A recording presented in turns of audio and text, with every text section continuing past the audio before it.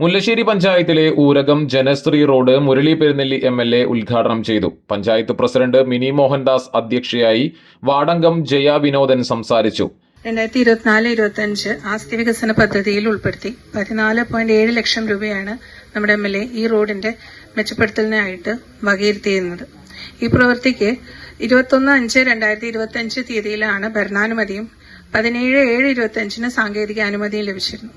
Tender നടത്തി October മാസത്തിലാണ് ഈ പ്രവൃത്തിക്ക് AG വിജയകുമാർ എന്ന കരാർ ഏർപ്പെടുകയും വെറും 2 മാസം കൊണ്ട് തന്നെ ഈ പ്രവൃത്തി വളരെ നല്ല രീതിയിൽ പൂർത്തീകരിച്ചിട്ടുണ്ട്.